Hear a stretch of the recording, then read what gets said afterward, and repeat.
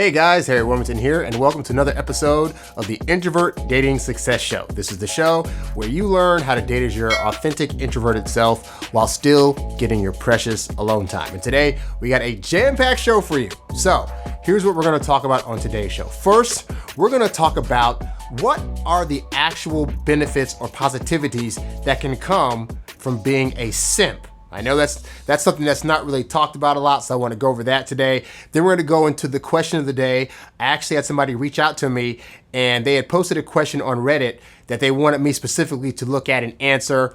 And it's a teenage kid that is having issues with his dating life, and he recently met somebody. He's not knowing if based on their texting conversation if she's interested or not, and if he should even pursue it. So we're going to talk about that. And then we're going to get into the myth about how much you need to better yourself before you actually start dating somebody. So we got a jam-packed show. As always, guys, this show is ultimately about you. If you ever have any kind of question you want me to answer on one of these shows, you can simply write to me at HarryWilmington@gmail.com. So,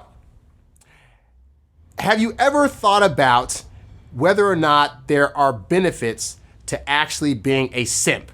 Now, I'm going to assume if you watch this show, you know what a simp is. But for those that may not know, basically, a simp is a guy that, let's say you have a particular crush on a woman. She may not be interested in you. She may not like you or see you that way. But you're still going out and above and beyond to be able to help this woman in some capacity, whether it's, being her guy she can go to when she's having issues with other things in her life. Basically, like you're her personal psychologist. You're spending money on this woman, even though there's no chance of you getting with her, because you're doing all these things in hopes that the woman that you're after is going to see you doing these things or talking to her in a certain way or spending money on her. And ultimately, you feel if you do these things over time, she'll start to like you and want to go out with you, okay? And so a lot of men do this for women, whereby they'll go after them, they'll talk to them, they'll console them about things. They'll basically be their really best buddy in the world. But despite all the things that they're doing, this woman is emphatically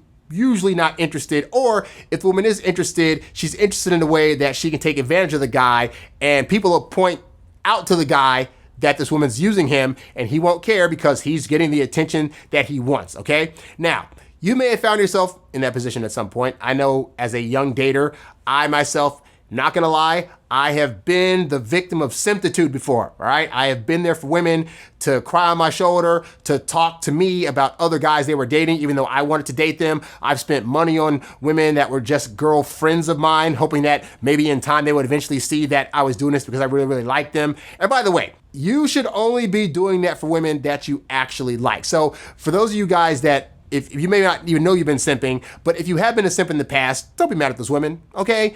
They've told you what's up from day one, or they were not doing anything back to you that would indicate they were going to eventually fall for you, all right? So if you fell into simpitude, that is your fault, and there's a lot of reasons why we fall into that, which we're not going to get into in this show. But needless to say, there's probably a good chance that you have been a simp at one point in your life, or you may be recognizing right now that you are actually in the land of simpitude, all right? Now, obviously, this is not a place where you want to stay, because at the end of the day, simping is bad. It ends up, you don't get the woman that you want. You're wasting your time on women that don't actually want you, and it can ultimately lead you to a place where you are bitter and angry at women. So we don't want you to stay in the land of simpitude. But does that mean that there are not positive benefits from going through the area of your life where you may have been a simp? And here's my belief. I believe that when you are going through any stage of your life, whether there's positive things happening or negative things happening, there are always lessons you can learn from that can actually benefit you greatly for your later years in life. And so the same, in my opinion, is true of simping. I believe that just because you were a simp or currently are a simp, that does not mean that there are not positives that can come from the part of your life where you were a simp. And so I'm going to go over 5 positive lessons that you can learn from your time as a simp in the dating game. So here's the first one. The first positive lesson you can learn from being a simp is that you will have run hundreds of simulations to get data on what does not work. And I think this is important because there's that famous story of Thomas Edison coming up with the light bulb, and it took him like 10,000 tries before he finally figured out what was going to actually work. And somebody asked him like, well, were you upset by the fact that it took you always 10,000 tries? And he said, no, I learned 9,999 ways that this is not going to work. So inevitably what I'm saying is that when you are simping, you are at the time unknowingly doing a lot of things that are just not going to work. And that's where I was when I first started my whole dating advice journey. Was the first book I wrote was because I had many, many women that I had crushes on that just went to crap. And these are women that I was there for, to hear about them banging other guys or telling me how much of a girlfriend I was more so than a guy friend, and, you know, spending money on outings with them and wasn't getting, and I was doing all this stuff in hopes that these women would fall for me. And once I realized that stuff wasn't working, I actually wrote the book, No Girls For You, The Ultimate Guide to Losing the Girl of Your Dreams, where it's basically a chapter by chapter synopsis of me simping out and then explaining to myself why that wasn't working, okay? So the benefit for me for that was I got to make a book, I got to become a coach for you guys to where you guys can learn from me what not to do, but more importantly for your own simping, if you are able to put your ego aside and recognize that, hey, I've been doing a lot for all these women that I've had crushes on that didn't actually like me back, never said yes to dates, never wanted to reciprocate in any kind of way, then you will, in effect, have in your arsenal a bunch of examples of things that you should no longer do. And a lot of guys don't have that. A lot of guys don't have something to look back at and say, oh, okay, I remember I did this thing, so let me not do that again. And it's just as important to learn what to do to attract women as it is to recognize what things are not going to work. So as you get older and you start to date more and more women, you'll start to be more recognizing of what things do not work as well, and you'll do less of those things, which will actually make you a more effective dater in the long run. So that's the first benefit. The second positive lesson from being a simp is that you have a large pool of women to test new techniques on. If you're like most simps, you probably don't have just one woman that you are going after in hopes that she would eventually fall for you. You probably have a decent amount of women. We could say you probably have like 5 or 6 women that you probably be like, if I could, make any one of these women agree to a date with me or say yes, I'd be happy. It could be any one of them, okay? So at the point where you start learning more so the things that women actually find attractive and what actually makes them want to stay around with you, well, surprisingly, let's say you have these 5 or 6 women that you've had crushes on forever, okay? And none of them have agreed to go out with you. Well, now you already know that at this point, there's no bad thing that can happen from asking these women out or testing out new techniques that you've learned. At best, they'll say, oh, no, I just see you as a friend. I don't want to do whatever. But if you're able to learn certain things like how to ask women out, how to talk to them in a flirty way, how not to be so available for all the time, et cetera, you now have women that are close enough to you that they see you as a close friend or a viable person in their life to where you can actually test some of these things out. And this isn't to say that you're going to be able to date any of them or all of them, but A, you might, and also just being able to test out certain things that just to see if they work on women in general will actually be beneficial to your dating life. Perfect example. So one of the early things that I learned when I was coming out of the simpness of the time in my life was that making yourself less available will usually result in women reaching out to you. And I'd never tried this before. And so I had quite a few women friends at that time. And so I tested it out. I would choose like one of my women friends. And instead of being the guy that I was before, where I was trying to text them and call them all the time, I'd go like 2, maybe 3 days without reaching out to them. And inevitably, within that 2 to 3 day time span, I'd have one of them reach out. Hey, I haven't heard from you. What's going on? Are you mad at me? Is everything okay? Now, again, this might not have been a woman that necessarily wanted to date me, but it did show the proof that if I kind of just back away a little bit, I can let them have the time to come to me. And that actually helped out immensely when I started dating a lot and dating more and being a better dater, because instead of being that guy that thought, I got to rush in, I got to call them all the time, I got to text them all the time, I got to see them every day, I was able to take a woman out, have a good time, and then fall back a bit and give her the space she needed to think about me and to come to me and say, hey, I had a great time. When am I going to see you again? And it happened time after time after time. But I wouldn't have even thought about, I wouldn't have been able to have the confidence to practice that on new women if I hadn't been able to practice first on the women I had been simping with up this whole time, okay? So if you've been simping, you probably have a good amount of female friends that you can start testing some of these things on here and there. And who knows, you might get it to where you actually are able to get one of these women to go on a date with you. I've had several female friends of mine that I was able to ask on at least a date or two simply because, again, it was just me testing out some stuff. I had simped, I had these women that were around me. I didn't think I'd ever have a shot at being able to get a date with them, but I wanted to try some new stuff to see if maybe possibly it would have an effect. And in some cases it did, okay? So use that to your advantage. The third positive lesson from being a simp is that for later relationships, you know that a woman begging you for something isn't going to keep her around. And this is for you guys that have up to this point been trying to beg women to spend time with you, or trying to give them extra attention, or trying to spend money on them in hopes they hang out with you. Chances are you've been doing this, and if you're recognizing it hasn't worked.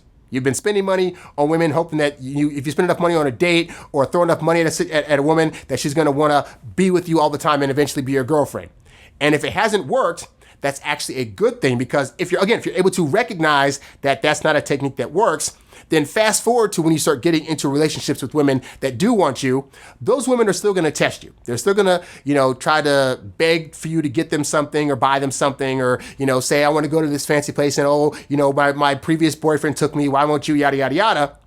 But because you've already been through the stage of your life where you did the things that this woman's now asking of you, and at no time did those things result in these previous women having a higher attraction for you. Now, when newer women try it, you'll be able to be like, well, hey, go to that guy. If you want somebody to spend money on you and your ex is spending more money on you, then go to that guy. Because I don't think he's better than me, but I mean, he's your ex, so clearly there's a reason for that. But if you think he's better, then go ahead. And you'll be so unmoved and unbothered by silly requests that sometimes women will throw out there that the women that you are now going to be dealing with will actually realize that you're not going to be the guy that falls for that. They're going to respect it more, and more often than not, they're going to actually say, okay, I was being silly, my bad, you're a good guy, I'll, stop doing these little silly tests or whatever, okay? So in short, you simping right now, as bad as it may seem, you're getting evidence that the things you're doing aren't working. That the amount of times you're on a phone with a woman where you're trying to be her psychologist or whatever, the times that you're spending all this money on her and none of the stuff's working, it's not going to work for new women, but by you having gone through it, you'll know that enough to know that you won't be doing that for the women that you are now attracting, if that makes sense.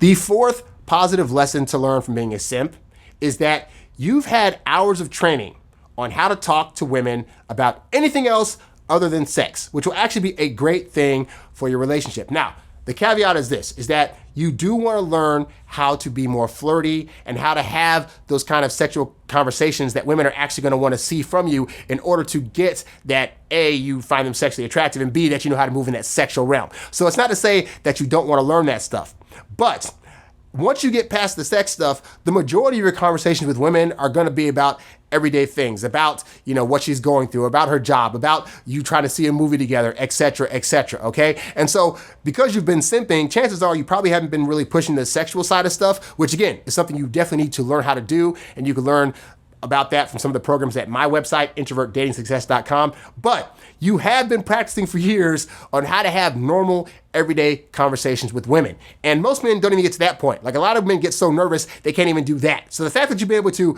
you've had crushes on all these women, and as a means of trying to keep them around, aside from, trying to bribe them and stuff like that, you've also been able to be in their good graces. You've made friendships with them to where you could regularly talk to them about just like regular stuff. Those are actually skills that you're going to need in long-term relationships. The major difference between a long-term relationship with a woman and a friendship is really the sex part. But in terms of the conversations you're going to have with both sides of that, it's going to be about the same. So you've had diligent practice to where you're going to seem like a very good communicator with anybody you get with. And once you add that little sexual component, it's going to be off the charts, all right? So that's the fourth thing. And finally, the fifth positive lesson to learn from being a simp is that the actual things you're doing for these women, like, for example, surprising them with gifts, or thinking about how you can make their day and listening to them when they're having a bad day or when they need to talk about something. These are all actually great things that women want. Women would love to be able to meet a guy that's able to do all these things. It's just that they want to do that with men that they're attracted to. And so the part for you that's going to be hard is going to be getting to a point where you're comfortable enough with yourself to be able to kind of push some of those sexual boundaries and kind of, do more of those take charge things like asking women on dates, planning the dates that you're going to go on, making those first moves for the kisses and the hugs and leading things to the bedroom, et cetera, et cetera. But again, the things that you do that are a little bit extra, women love that. It's just you can't do those extra things with women that are not attracted to you. So when you first meet a woman, you don't want to be throwing out all these great things that you do because they haven't earned that yet. And you need to really see if this woman is one that has any kind of bubbling attraction for you, is saying yes to dates, is agreeing to spend time with you solo. If they're not doing those things, then don't try to do these extra things that are great for women that are interested in you and are great for relationships, okay? But with that said, unfortunately, if you're in the simp mode now or have been in the simp mode, then you're probably already doing these things already.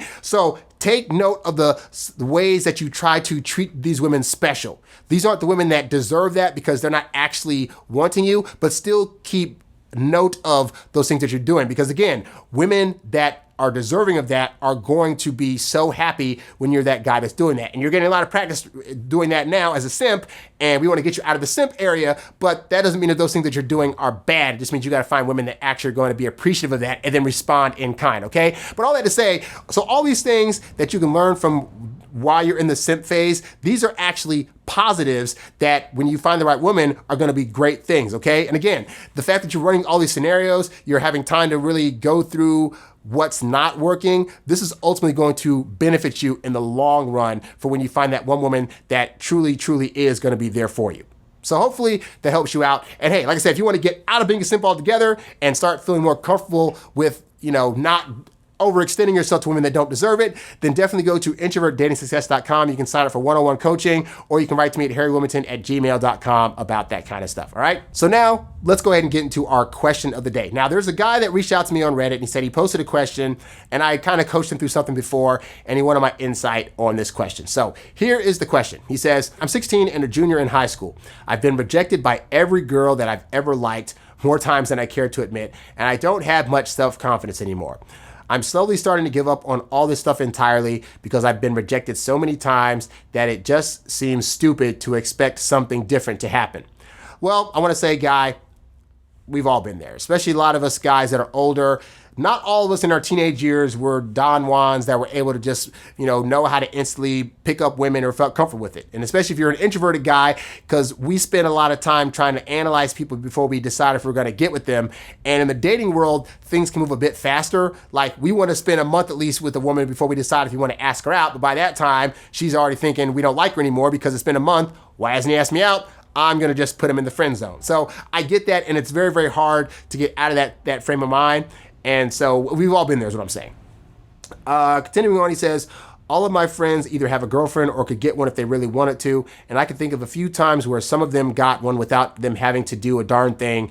It just isn't fair. Like I said, a lot of guys at that age, their libido is running and they're just able to know how to be more comfortable talking to people. And that might be a thing that you grow into later. And it's also a thing you could learn now, but I think a lot of we're so in our head about having to be perfect or wanted to make sure the woman, that if we say something to a woman, it's not going to scare her off, that it can really put us in this headspace where we're not able to figure out what moves to make in order to make things happen the way we want them to. Continuing, he says, I take care of myself. I wash my face every day. I put on deodorant regularly and I work out. But I'm only 5'3" and I'm the quiet kid. Girls don't look at me and think, I want to talk to him. Girls don't talk to me unless they need something from me. And when I talk to girls, it's always one-sided. And yes, I do talk to girls. Well, I do want to say this because I understand the thing about the being 5'3". I know that a lot of times as men, we get told that if you're not a certain height, that it's going to be a problem. And I don't want to dispute that because, realistically, just like we look at women like, hey, if they get to a certain weight that's a bit too big or, have certain looks about them that they don't look quite the way we want them to, that they're not our cup of tea, that is a thing that unfortunately a lot of women are going to say, hey, if a guy's not X height or whatever, that I'm not going to fall for him, okay? But understand that just because women say that doesn't mean that there's not an asterisk there because ultimately for most women, it usually boils down to how a guy's making them feel. So a guy that's 6 feet tall and making a woman feel like crap versus a guy that's 5'3", but is making a woman feel, really happy and joyful and that this guy gets her. There will be women that will look past the height thing and be willing to date a guy like you if you're able to make her feel those things. Now, this isn't all the time, and you're still because your height's in the lower end of what most women are going to find physically attractive at first, there might be some hesitancy and you might have to do a little bit more work in order to attract those women. But hey, I'm a black guy in America who dates on dating apps, and on dating app statistics, I'm like low end of the totem pole. And yet I've still managed to break through those barriers and be able to engage with women in a way that most other guys on apps aren't. Therefore, my personality shows through and they're able to see what I'm about because of how I put my pictures and stuff up. And we end up going on dates and I end up getting in relationships, okay? So all this to say is that everybody has a barrier of some kind that they feel is holding them back. And you have to be the one to say, you know what, despite this barrier that I allegedly think is out there, you could have that prevent you from dating altogether. But if you want to date somebody, then you can't let that be the thing that ultimately holds you back. You have to say, despite my height, I'm going to go out there and just be the best version of myself that I can possibly be. And in the course of that, some woman's going to come along and date me. Hey, Danny DeVito had a wife for 30-something years, okay? And he's like one of the shorter, not so good-looking guys in Hollywood, and he still managed to be able to get married to somebody, okay? So there's somebody out there for everybody. There are plenty of women out there also that are probably shorter than you. There are women out there that are 4'10", 4'11", that will date a guy your height, okay? So, and again, depending on where you live, at 16, you might not be in that realm where you can find those type of women. But trust me, once you get out of high school and get into the real world and get into college and get into the job market and all this other stuff, there are women out there that'll be out there that would want to date you as well, okay? Continuing, he says, anyway, there's this new girl in one of my classes. I talked to her and got her number on her first day. We both play the guitar. We play different genres of music, but it's something. He says, I don't know if this actually means anything, but when I got her number, the first thing she texted me was, hey, and it's spelled Heyy with 2 Y's, okay? He says, people have told me that the number of Y's means something, but I've also been told that it doesn't, but I don't know. So when she said, hey, it's supposed to sound like, hey, and that's supposed to be an indicator. Like when women say it like that, that's usually an indicator that they're trying to be like, hey, I found you attractive. I want your attention. What's going on? So it could mean something. But more importantly, it doesn't have to mean anything. The fact that you got the number and then she texted you first and said, hey, she's reaching out to you. So here's the thing. When women reach out to you first, that is more often than not a positive indicator that there is some kind of interest there. Now, this doesn't put her on the level of she's ready to marry you and have your kids, but it is an important step in seeing that there could be something there. And I think this is where a lot of guys get mixed up, is that they feel as though everything has to be at such a high level in order to make anything happen. Like a woman can't just be at a 60% like level for you. She has to be at fully 90 to 100% in order for you to want to ask her on a date. And that's not really how the dating world works. Really what happens is both sexes are putting out feelers or putting out signals that say, hey, I think there's a like here, or hey, I'm kind of interested. And that's kind of how these things start out, where one person puts out a kind of hinting indicator that they want something, and then you're supposed to decide, if based on that little hint, if you want to take it to another step, which is, hey, we should maybe talk a little bit more. Hey, maybe we should just go out and see what's what. And I think, well, I'll continue on with this message, but all that to say, there's going to be levels to this. So don't think that, a woman saying, hey, doesn't outright mean she's ready to marry you, but it could mean this is her way of starting a conversation with somebody that she really sees potential in and wants to explore that further. Continuing,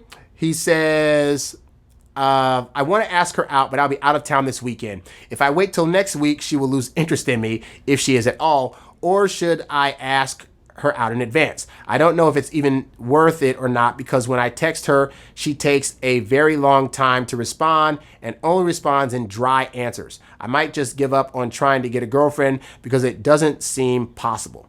So I will say this. I understand at that age, like the goal of it being that you ultimately want to have a girlfriend. And in my teenage years and in my college years, that was my end game too. It's like, hey, I want to get the girlfriend. That's the end goal. But here's what I found, is that the end goal is admirable, but you end up slipping yourself up in the process of trying to get to that goal, because every single thing you have in your head is, I want to do this thing to make it the girlfriend. So you're thinking, I want to ask her on a date to eventually make her the girlfriend. I want to take her to a dinner to make it a girlfriend. I want to talk on the text on the phone to make her the girlfriend. But I found that if you take dating in steps, your goal should be to reach these various steps. And then if it happens as you follow these steps to lead to this girl becoming your girlfriend, fantastic. Okay. So for example, instead of saying, I want to ask this girl out because I want her to be the girlfriend. No. You know, they don't do that. No. You say to yourself, you know what? I got her number. My goal is to be able to have a decent conversation with this woman. I don't typically like texting conversations. I typically err on the side of I'm going to call the woman up and then talk to her for a little bit before I ask her on a date. But I do want to call her up just to see if we have any kind of rapport beyond just a little flirty thing we did on the texting stream, okay? So that might be the goal, is to have a conversation. Then, if I feel that conversation is going good, the next goal would be, hey, let's see if I can even just get her on a date. Because realistically at this point, you do not know if you even want her to be your girlfriend. You want to see if these other various steps line up with somebody you could eventually see yourself being in a relationship with. So now you make it the goal, okay, I'm going to call her up, and the goal is now to ask her on a date. So you call her up, you ask her on a date, you figure out where you want to take her, you figure out what day it's going to work, and you just set that up. Hey, I want to see if maybe there's something further beyond just the conversation. I want to take you out. If they start getting to this thing of like, well, what's that mean, blah, blah, blah.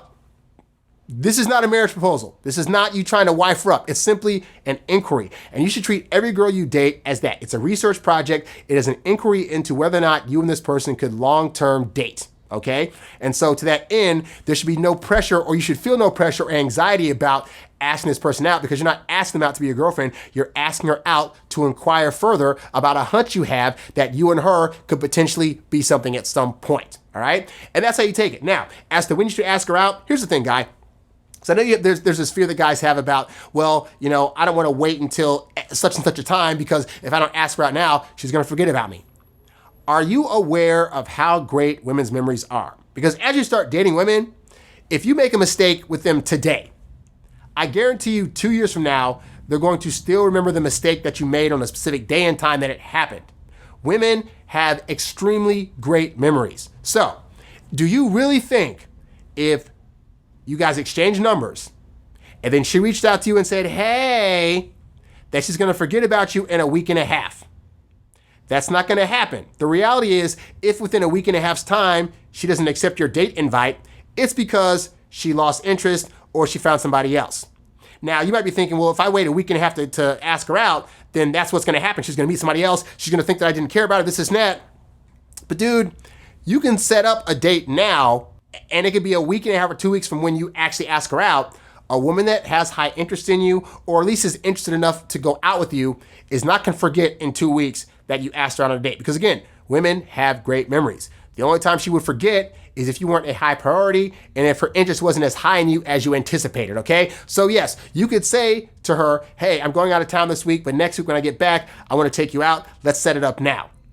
A woman that likes you will remember that, will be excited, and will also be anticipating for 2 weeks being able to go on a date with you, okay? So it doesn't matter when you ask her out, and you don't have to do it right away, but don't use that as an excuse to not ask her and think you gotta wait or this and that, okay? But even if you did wait until you got back to ask her out, again, women that like you will wait around for you to ask them out. It might not be forever, but if they have an inkling that you like them, and you clearly are able to tell that she likes you back, then nothing's going to prevent that from her going out with you, unless, of course, she loses interest or interest isn't that high, okay? Lastly, I want to say this. In high school, things are very, very heightened. So right now, you're looking at your peers and thinking, I'm the only one that doesn't have a girlfriend. Everybody else is able to get dates, and I'm not. Well, it's me, okay? And I'm telling you, as a 16-year-old, I get it. Been there, done that. I didn't really get my full dating life started until college, so I feel at times I missed out. Being in an older age now, I look back and realize, you know what? That was fine. I just, in my head, I was always realistic about the fact that at 16, I can't support this other person. I can't really afford a lot of good dates because I didn't have a job at 16. So how much can I do? And I think at that age, it's really more about we want our egos to be stroked. We want to feel that we are also desired. So we want this thing. We want this girlfriend. We want this relationship. But really, what can you do with it at this age? At 16, you really can't do a lot other than admittedly make out and try to do some fun physical stuff. And I'm not against that at all. If that's what you're trying to do, it is what it is. And you can definitely learn ways to be more confident about yourself and less anxious and be able to be more able to go up to women and ask them out. But also, at this age, don't beat yourself up if it's not so easy for you to do. You know, you can look at my materials and start getting an idea of what's going to work better. And you definitely want to be doing that because you'll be doing that your entire life. Like, I'm 39 and I'm still to this day looking up ways that I can be better in relationships. Okay, so that never goes away. And you'll get more confident as you get older. But also, again, don't beat yourself up. You're 16. I assume since you haven't really been dating that much, you haven't gotten any girls pregnant, which is the plus. And so really practice at this age to learn how to talk to women, how to be less anxious around them, how to be able to stand up for yourself, to be able to engage with them in a real way, because those are the skills that are going to ultimately be the things that you're going to need to be able to use in a relationship to keep it going long term. Okay. Now, as to specific techniques that you can use and things you can do in order to be less anxious and to be more confident in yourself, go to introvertdatingsuccess.com. You can also check out my YouTube page, youtube.com/HarryWilmington, and really get the ball rolling on what some of those things are. Okay. I know you're 16, so probably don't have like a job or money, but I got a lot of free materials at those sites as well that you can check out. That'll help you immensely in your dating quest. All right. The last thing I want to talk about is I want to talk about this idea of working on yourself before getting into a relationship, because I feel like a lot of guys have this thing whereby, let's say you've been dating for a while and it hasn't been going well. Or maybe you haven't dated at all and you've been nervous about approaching women and you think to yourself, well, you know what? I don't want to do that yet. Or if you've been dating and having a bad time, you say, okay, you know what? I don't want to do that anymore. What I need to do is I need to work on myself. Yes, I need to work on myself and really get my life together and maybe figure out, aside from like job stuff and living stuff, I also need to really work on my confidence. I need to really sit with myself and figure out who I am and what I need to be. And until I'm a fully formed person, I don't need to be dating. And my friends, that is admirable, and it is a lie that is going to keep you single. Because here's the thing. I think sometimes as guys, we feel as though we need to show up as the most perfect version of ourselves that we possibly can in order for women to want to date us and to want to stick around with us. And that is just emphatically not true, because here's the reality. For the rest of your entire life, you're always going to be working on yourself. But here's the thing, is that you could be working on yourself solo, by yourself, trying to get together the perfect version of yourself. And then you meet that woman that you think is going to be the one that's going to be the woman of your dreams. And you're going to get with that woman and she's going to start seeing some flaws in you that she's going to point out you need to work on. And you're going to be sitting there thinking to yourself, I shouldn't have anything I need to work on because I perfected myself as best I could when I was single. So now I'm coming along with this person who's telling me that I still have flaws I got to work out. So do I now need to dump them in order to work on the flaws that they're talking about to be better for the next person? And let's say you do that. So you do that, you dump the woman, you stay single for another couple years, you're working on things that she was talking about that weren't great about you, and now you meet another woman, and you figure you're perfect. And then you get with this woman. And guess what? This woman also now says, you know what? Now she has some things that you do that aren't gelling well with her. You got to work on those things.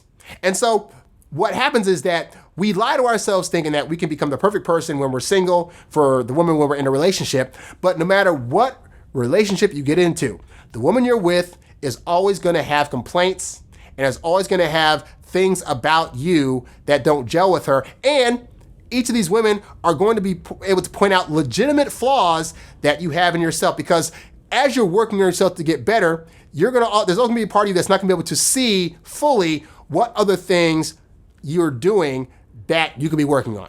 All right.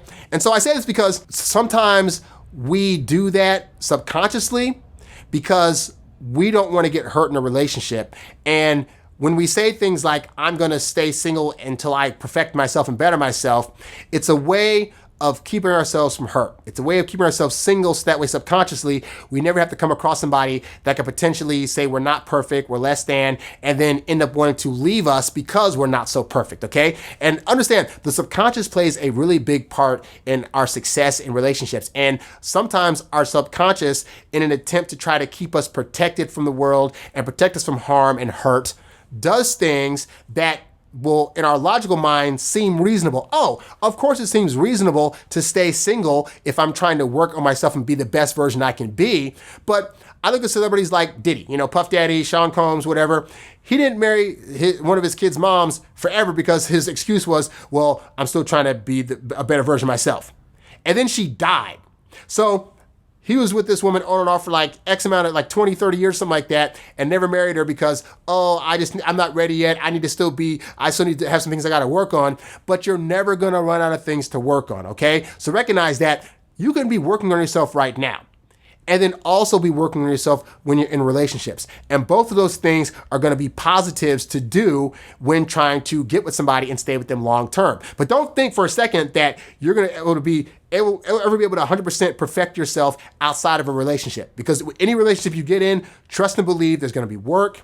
You're going to be coming with a set of values. They're going to be coming in with a set of values. And while there may be a lot of similarities, some of those things are going to clash, and it's going to result in her wanting you to work on some more stuff, okay? So recognize that, and recognize that it's perfectly fine to be dating as you're working on yourself, and that as you're dating, you're also going to get some more feedback positively, because the person you're with ideally loves you enough to be like, say, I love you, but here are some things that you might not be aware of that could be worked on to make you an even better person. And I have found that typically when I'm in relationships, I actually become a better version of myself because I have somebody that I'm regularly interacting with that can point out things that I would not have otherwise seen, that can result in me being a better worker, being a better friend, being a better relative, and just being able to get slightly further in life because I'm getting those things pointed out, okay? But don't take away your ability to be in a relationship right now simply because you think you got stuff to work on. You're always going to have stuff to work on, all right?